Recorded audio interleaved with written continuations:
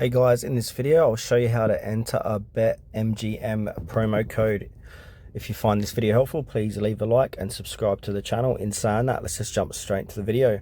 Alright, so to enter a promo code on BetMGM, follow these steps that I've highlighted here. So the first way, there's a couple of different ways you can do it, is by visiting the BetMGM website or app. So open up either or, and then sign up or log in if you're not already logged in. And then you want to navigate to the promo code section. So if you're a new user, you'll likely see a field for a promo code during the sign up process. So put in your promo code there.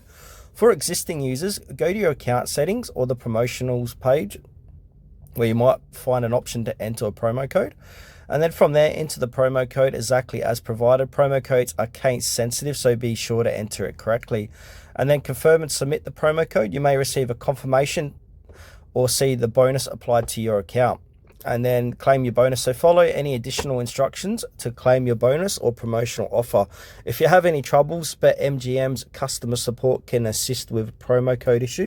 Or if you can't find the promo code location, just do a search inside BetMGM and type in promo codes and you'll find it there.